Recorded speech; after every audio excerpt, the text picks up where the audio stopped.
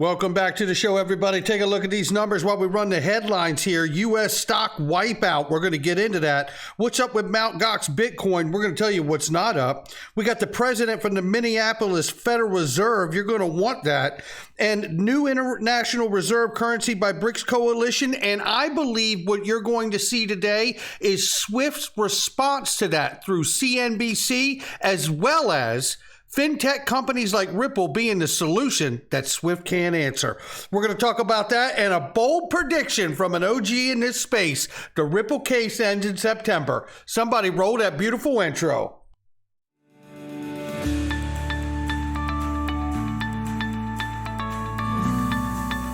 Digital Perspectives with Brad Kimes. Come on in.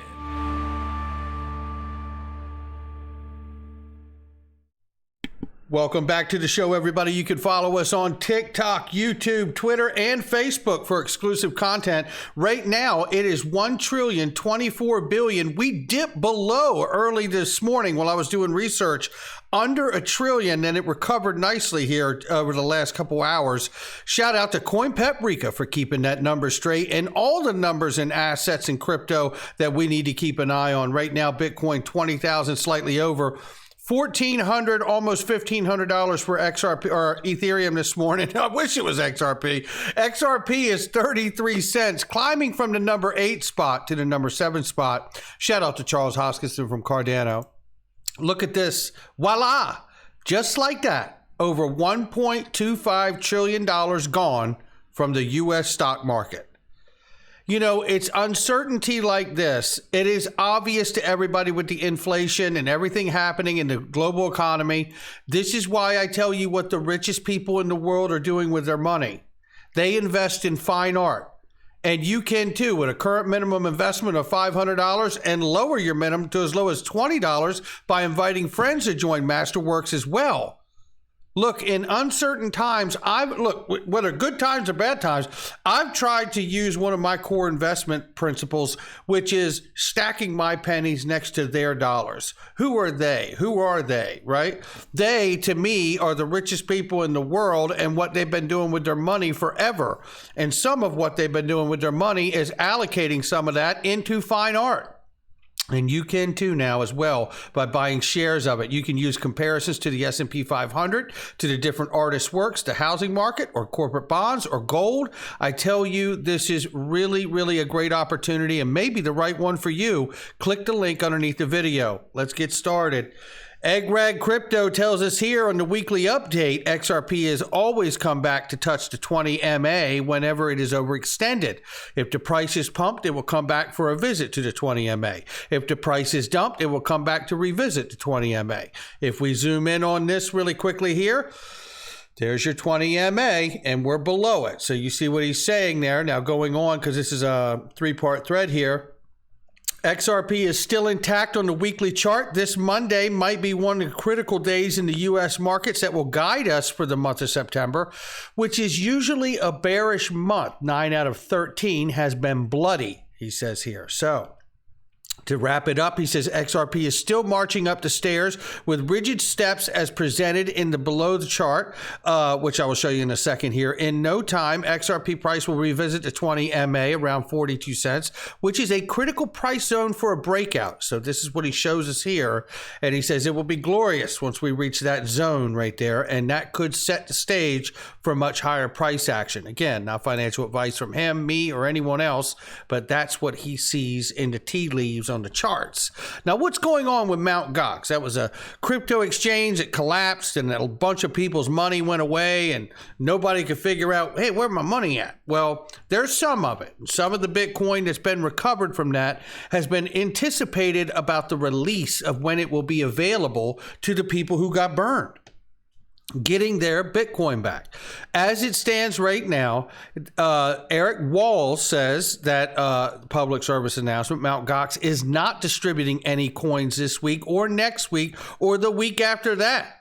Source, I'm a Mt. Gox creditor, he says. The repayment system is not live yet. Next step, go and block Altcoin Hub for spreading the misinfo. Listen, he says, as it currently stands, you can't even register where which exchange you want your BTC or Bitcoin Cash sent yet. Payouts will also occur in tranches. And then he says here, yes, some people opted to sell their claim to Fortress. So there's no official timeline as it goes right now from a Mt. Gox creditor. So appreciate Eric Wall and the update on that.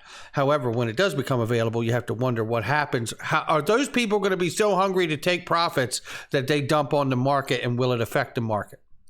New regulation makes UAE one of the first countries to implement such mechanism for real estate transactions involving virtual assets. Basically, reporting the purchase using virtual assets, okay? And just to get the long and short of it here, well, of course, all the advertisements. Basically here, it's saying here, if you purchased land in the amount of 50,000 AED, payments with virtual assets need to be reported, and payments where the funds used in the transaction have been derived from a virtual asset. So not only if you're paying directly in that virtual asset, but if you cashed out the virtual asset for the purchase, you need to disclose that as well. You know, just showing that we're getting, you know, all kinds of clarity around the world, except right here in the good old USA. And while we're sitting here in the good old USA, we had the Jackson Hole meeting where we see the Minneapolis president of the Federal Reserve keeps asking the question, why do we even need a central bank currency? And I keep asking everyone to explain, what problem does it solve? Listen here. I'm pretty skeptical. I keep asking anybody at the Fed or outside of the Fed to explain to me what problem this is solving. I can send anybody in this room $5 with Venmo right now. Right? No, seriously. So what is it that a CBDC could do that Venmo can't do? And all I get is a bunch of hand waving. I get a bunch, well, maybe it's better for financial inclusion. Maybe it's better for cross-border remittances. Maybe. Is there any evidence that it is? And, you know, they say, well, what about China? China's doing it. Well, I can see why China would do it. If they want to monitor every one of your transactions, you could do that with the central bank digital currency. You can't do that with Venmo. If you want to impose negative interest rates, you could do that with the central bank digital currency. You can't do that with Venmo. And if you want to directly tax customer accounts, you could do that with the central bank digital currency. You can't do that with Venmo. So I get why China would be interested. Why would the American people be for that? I'm pretty. I think he just nails it here. I'm like, wow, you know what? I'm waving the flag for this guy, Neil Kashkari here. I get it. You know, this is why I've always said I don't want a retail-facing central bank digital currency. There's too much government control there. I completely agree with his remarks. Now, listen, a CBDC wholesale back end, I totally get it. It's not much different than what they're already doing now. It would just really be a representation on the blockchain, the private ledger for central banks itself. And, you know, when it comes to having a retail-facing digital dollar, why can't it be the USD coin? And why can't they act as an independent private company just like PayPal or Venmo, right? And if some kind of suspicious activity happens, they can drill down from there. But I do say that even if you get the private sector involved, like a Circle or what have you, you better make sure that it's not the kind of relationship that a Twitter or YouTube or other social media outlets like that have with the government, and they become the censorship arm of the U.S. government. That is something we need to be very careful moving forward as well. I shared this news. We covered this. Stay with me here. BRICS coalition president says Russia and India no longer need the U.S. dollar. I have showed you guys, we have reported on this. BRICS nation plan to craft a new international reserve currency. It is absolutely to ditch the U.S. dollar. This is not speculation. They're doing it. There's more evidence of it right here. BRICS nations have formalized a plan to create that new international reserve currency. And I tell you, it is coming. Now, when it's going to come, I don't know. But this is a piece from CNBC that I put together some clips that you need to see along with the CNBC Swift piece. And this is going to lay down exactly what I believe is going on here. Swift is struggling to remain relevant. Now, that is quite a statement, knowing that Swift has the largest market share in this payment space with 10, 11,000 banks as their customers, right? But the point is that there is a tipping point when it comes to innovation and technology. just as it was in the days of the music industry, in the early days of Napster, when it showed the world what is possible with digital file sharing or otherwise stealing one's music. Now, from that, we ended up getting all kinds of projects and companies that rose out of that, Spotify, Pandora, and others, right? But the real deal is in the early days, the music industry thumbed its nose at digital file sharing and what they thought it could or could not do to their music industry. And because they thumbed their nose at that technology, the music industry has been turned on its head and never to return. Now, I believe at the end of the day, you are going to see evidence inside of this from the clips that I'm sharing with you out of this that will reveal not only the pressure that Swift is feeling because of BRICS coalition creating a new reserve currency to obfuscate the US dollar use as the global reserve currency, but you're also going to see evidence in here that suggests that 75% of U.S. banks are really getting out of this system as well.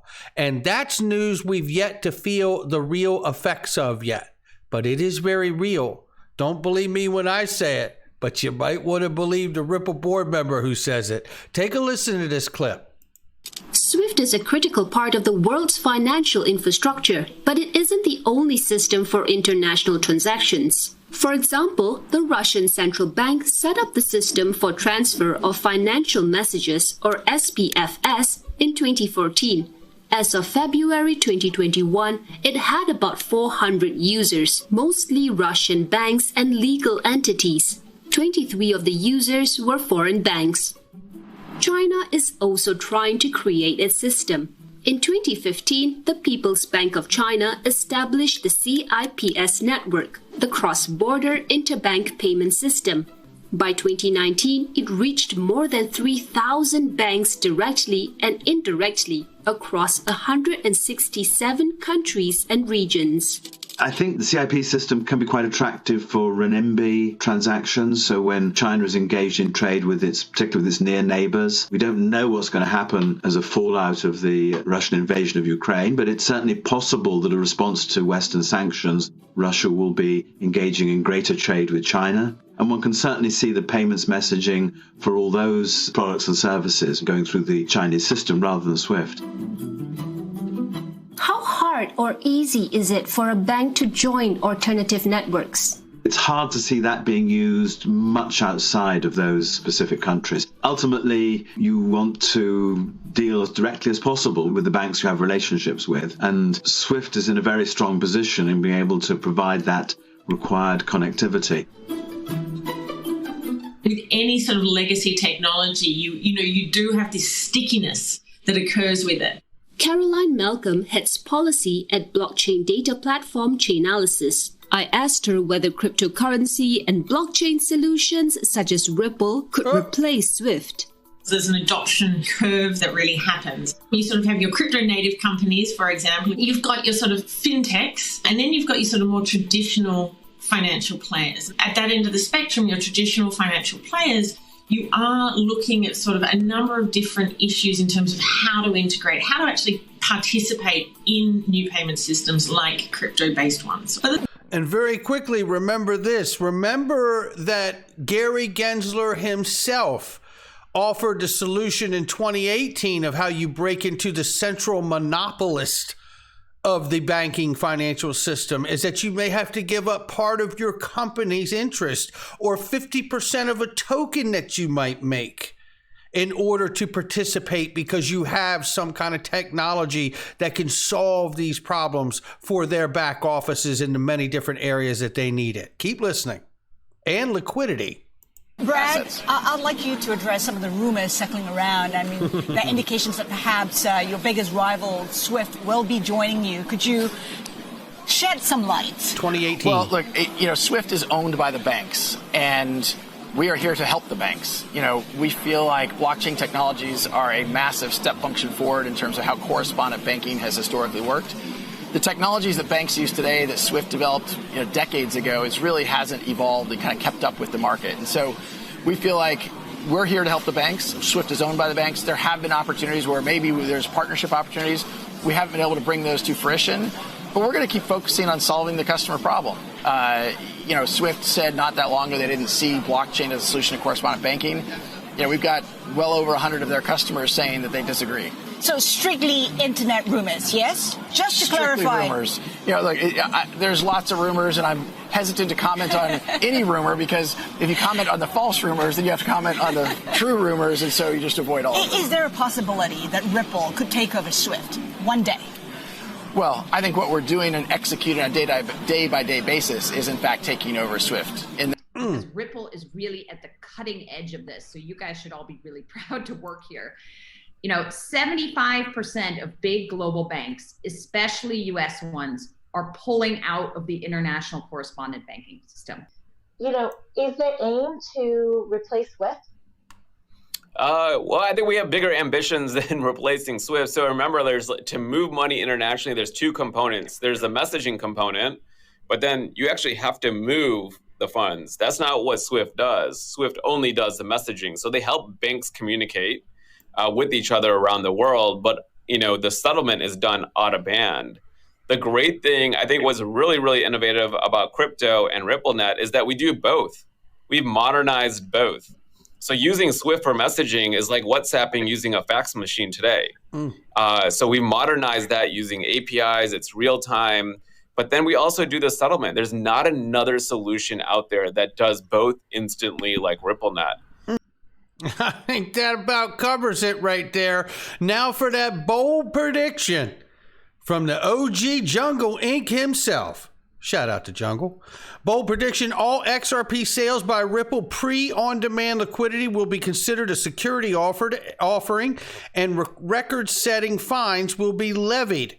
Settlement will come in September, he says, requiring all future sales of XRP by Ripple to be used for utility and on-demand liquidity or register with the SEC. He goes on to say here, this protects the SEC because other crypto projects do not have such a system. It allows Ripple to operate going forward. It restricts XRP sales from Ripple, but this is what they are already doing. Win-win for both sides, he said. I asked down here, I like the speculation, Jungle, and I do. I think this really flies in the face of the cancel culture out here that you stepped out and said, hey, this is how I feel and these are the things I'm thinking. You know what? Jungle's got a right to feel them and say them, and you got a right to read them or not, right? And I appreciate him taking a stance on this, to be perfectly honest. 3 questions I'd like your thoughts on because I really like the speculation here. Is there a particular reason why you feel September for settlement? What happens to retail holders? Does XRP get relisted on non-ODO exchanges? Speculation, of course. He says here, XRP holders are just collateral damage. Our trade of XRP is no business at the end of the day. XRP is a commodity, and once this Ripple case goes away, they will stop holding us hostage. I don't think you can step out on a limb any better than Jungle has here. And listen, none of us know if he's right or wrong or what have you, but I tell you, I just appreciate him sharing his view on what he feels. Now, there is a point in here where he's asked about why September, because I had asked a question and it didn't really get addressed, and someone else asked it. Let me see if I can just find that really quickly here in this thread. 1 second. So I'm not seeing it here, but what I'm not seeing it here, but what I'm finding is when I look through this is that I believe, if my memory serves me correctly, and forgive me if I'm wrong, Jungle, that September signifies the end of the federal fiscal year, and that may be a window for settlement in his mind. Now, we don't know, and we'll certainly find out. That's what September and time will tell on all of us. But more important than that, I just appreciate Jungle coming out and sharing his view. So oftentimes we see so many people come out here and go, I'm going to clay pigeon every bit of speculation and idea that comes out. But I really appreciate, Jungle, you coming out and just sharing your thoughts because they're valuable. They're valuable to me. They're valuable to everybody out here, and they can do with it what they want. But I tell you what, the fact that you shared it means a lot to me, and I appreciate you doing so. And I think that there is something to be said. I personally believe that there will be a split the baby decision in this where the SEC can claim a victory and Ripple will be able to claim a victory. I'm sure there'll be a huge fine. I think John Deaton aligns with that kind of some sort of settlement as well. Now, none of this, means it's guaranteed, but, I think we're finding our way to some kind of understanding of how this case gets resolved. What's still not quite clear for me is whether or not retail does remain in the game offering for speculation of this asset. I just don't know. That door to me is not open nor closed. It's still unanswered, right? So I'm still looking for that as well as every other thing to go along with this amazing, amazing asset and company, Ripple XRP, as we move forward. That's going to do it for me. Hit that like and subscribe. Leave a comment below. Check out all the links underneath the video, the great products and services I use each and every day. By the way, if you haven't seen it, it's PureVPN, baby. Get 82% off on PureVPN's 27-month plan. You can help protect your identity online by using PureVPN. I do, and I love it. I'll catch all of you on the next one.